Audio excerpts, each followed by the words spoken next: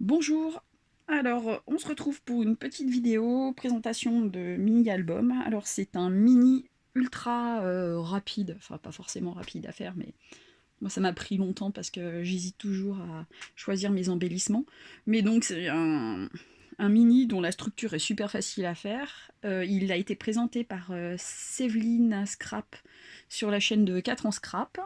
Donc la base est toute simple, c'est une feuille 30 par 30 qui est très peu découpée en fait et avec laquelle on va réaliser donc un mini super sympa. Donc ça a été un vrai plaisir de le réaliser.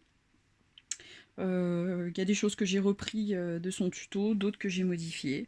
Donc on va regarder ça. Donc là, j'ai utilisé pas mal de dies de la marque Comptoir du Scrap que j'ai découverte récemment. Je les avais vus, je crois, sur des salons, mais j'avais jamais pris le temps de regarder leurs dies. Et franchement, ils sont super sympas, super fins et vraiment chouettes. Donc voilà. Donc j'en ai utilisé pas mal, dont celui-ci là, le dies étiquette comme ça là, qui est vraiment très chouette. Ça, c'est un dies de la marque aussi que j'ai utilisé de façon un peu détournée. C'est un dies qui permet de faire une sorte de longue étiquette comme déchirée au bout. Et, parce que, donc ça, c'est le bout qui est net. Et puis logiquement, il y aurait dû y avoir un bout un peu hachuré, un peu plus long. Et donc j'ai retourné le dies dans la Big Shot pour obtenir en fait l'étiquette que je voulais à la taille que je voulais. Voilà. Donc ça, c'est un autre de leurs dies.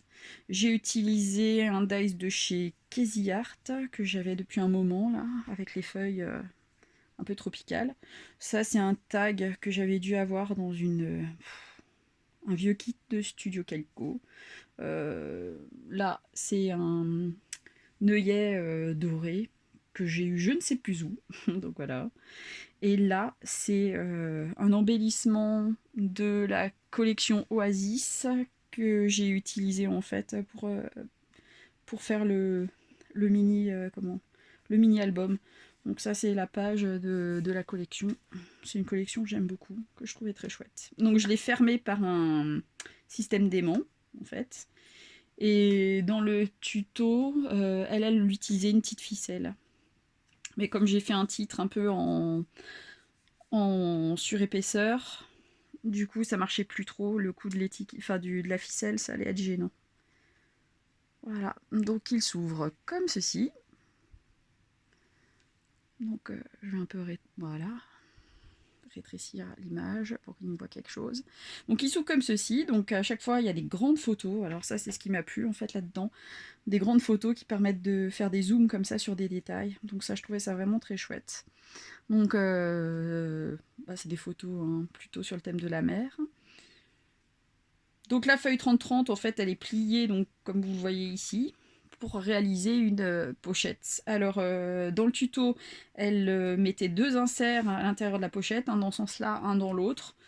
Moi j'avais peur que ça abîme trop les embellissements qui sont sur le grand tag, enfin le grand insert qui est ici. Donc j'ai préféré fermer la pochette de ce côté-là avec du scotch double face pour pouvoir éviter de perdre mon insert et pour en avoir qu'un seul. Donc j'ai fait des grandes photos. Pour ça, j'ai utilisé le logiciel PicFrame qu'on peut avoir sur téléphone. Et j'ai choisi le modèle qui permettait de faire des grandes bandes, 4 ou 5 grandes bandes. Voilà. Et ensuite, je l'ai imprimé chez moi sur du papier A4. Donc là, on retrouve un des dies de chez Comptoir du Scrap, que je trouve trop chouette, là, la petite maisonnette avec les branchages. Sachant que ce dies-là vous permet d'obtenir à l'intérieur une plus petite maisonnette avec un cœur, donc là que j'ai pas utilisé. Mais bon, du coup, c'est un dies 2 en un en fait. Donc à chaque fois, on a une grande photo et deux ou trois petites photos qu'on vient placer sur la grande photo. Donc un dies ici de Comptoir du Scrap, celui-là aussi, que je trouve trop beau, là, qui permet d'écrire photographie, qui est vraiment très très chouette. Là, c'est un petit stickers de la collection de papier. Là, ici, c'est un autre dies de chez Comptoir du Scrap, celui-ci aussi, qui est magnifique aussi. Là, de nouveau, une petite étiquette de la collection de papier. Là, c'est une petite étiquette que je me suis fabriquée moi-même à l'ordinateur. Et puis pour faire rappel, tout au long du mini, j'ai mis du masking tape doré qu'on retrouve ici. Et j'ai utilisé un tampon de chez Prima Marketing que j'avais. Un tampon écriture comme ça, que j'ai tamponné avec une encre verte assez discrète. Donc je l'ai tamponné ici, puis j'ai fait un petit rappel ici, et on le retrouve de nouveau là, et de nouveau en haut. Et donc à l'intérieur de la pochette, il y a un insert, le voici. Donc voilà, sur lequel donc on retrouve un dies de chez Comptoir du Scrap, dans lequel j'ai fait passer un autre dies qui permet d'écrire best-of en découpage. Je trouve ça trop chouette. Donc voilà, pour le détail. J'ai réutilisé mon tampon encre avec l'encre verte ici et ici. De nouveau une petite étiquette de la collection de papier. Et puis donc là, de nouveau un dies de chez Comptoir du Scrap. Un autre aussi, un dies étiquette, comme ça là. C'est des étiquettes prises les unes dans les autres. Donc j'en ai fait une en verte et une en blanc.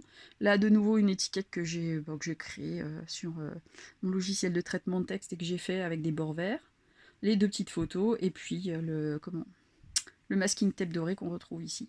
Et là, pour l'instant, je ne l'ai pas encore fait, mais je le ferai. Donc, j'ai laissé cette zone-là blanche. On pourrait très bien envisager de mettre une autre photo. Mais moi, je compte écrire mon journaling au dos en le tapant avec une police d'écriture machine à écrire. Voilà. Donc, c'est tout pour aujourd'hui. Franchement, je peux que vous conseiller d'utiliser ce tuto. Il est clair, franchement sympa. Ça permet d'avoir des résultats chouettes assez rapidement. C'est génial si on veut faire un petit cadeau. Je sais que celui-ci, je vais le refaire quasiment à l'identique, je pense. Je vais le refaire quasiment à l'identique pour offrir à mes parents qui étaient avec nous pendant ces vacances-là. Donc voilà. Alors, en espérant que ça vous ait donné envie d'aller faire un tour sur le site de 4 en scrap et de jeter un œil à ce tuto qui est vraiment cool. Sachant qu'il y a d'autres tutos qui ont été mis cette semaine, comme c'était le jour, du scrapbooking là, ce week-end, donc la journée du scrapbooking. Donc il y a d'autres tutos vraiment sympas avec des produits de la marque. Alors, faites exprès, j'ai pris un tuto de chez 4 en scrap et j'ai utilisé finalement peu de dies de chez eux. C'était plutôt des dies de chez Comptoir du Scrap.